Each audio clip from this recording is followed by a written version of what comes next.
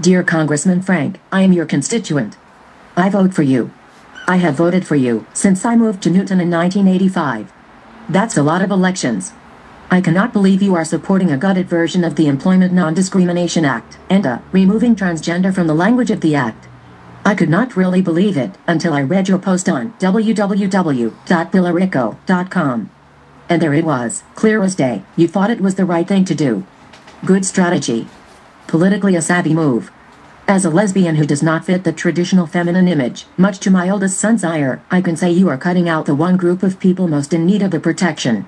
I don't have to explain to you that most of the Fortune 500 has sexual orientation as part of their own employment policies. They do not have gender expression or transgender. Of course, you can be assured a victory in the House of Representatives if you remove the transgender folks from the bill. There is not, of course, a chance in hell it'll get through the Senate to the president's desk, even with the trannies removed, but you'll have a victory. A hollow one. One with no soul. No pride. You know what I find interesting, Congressman Frank? Even through the whole Stephen Goby nonsense, I stood by you. I would argue your strengths. I would take on anyone who said anything negative about you, or told snickering jokes. Why? Because you were a gay man, and I was a lesbian, and there is something to be said about sticking with your family. I consider transgender people part of the same family. Removing them from the bill is like telling me I can bring two of my children along, but not a third.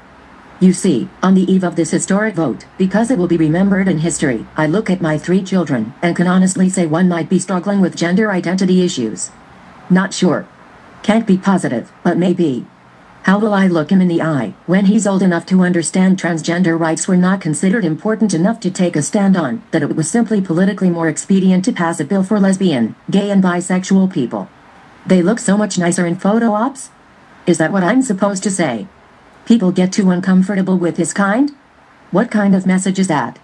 Because I know you know that people who go through the pain and struggle to change their gender are not folks that will show up to work on Friday as Joe and walk in on Monday as Joanne.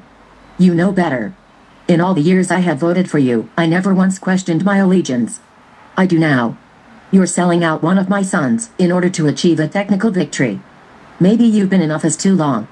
Maybe you're too jaded to remember how people stood by you when it wasn't necessarily a popular thing to do. Please, Congressman Frank, do not push forward ENDA without full inclusion. The acronym is LGBT rights. Lesbian, gay, bisexual and transgender rights. If we start picking and choosing amongst ourselves, we are no better than the people who would fire us for being different.